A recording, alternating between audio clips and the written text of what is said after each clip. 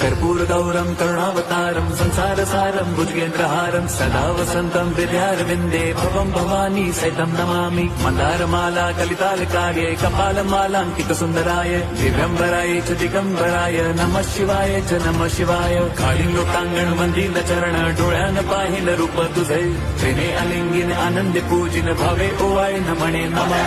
त्वमेव माता पिता त्वमेव बन्धुश्च सखा त्वमेव विद्या द्रविणं त्वमेव सर्वं मम देवदेव। कायेन वाचा मनसेन्द्रियैर्वा बुद्ध्यात्मना वा प्रकृतिस्वभावात् करोमि यद्यत् सकलं परस्मै नारायणायति समर्पयामि। अच्युतं केशवं राम नारायणं कृष्णदामोदरं वासुदेवं हरिं श्रीधरं माधवं गोपिका वल्लभं जानकीनायकं रामचन्द्रं भजे। हरे राम राम राम हरे हरे, हरे कृष्ण हरे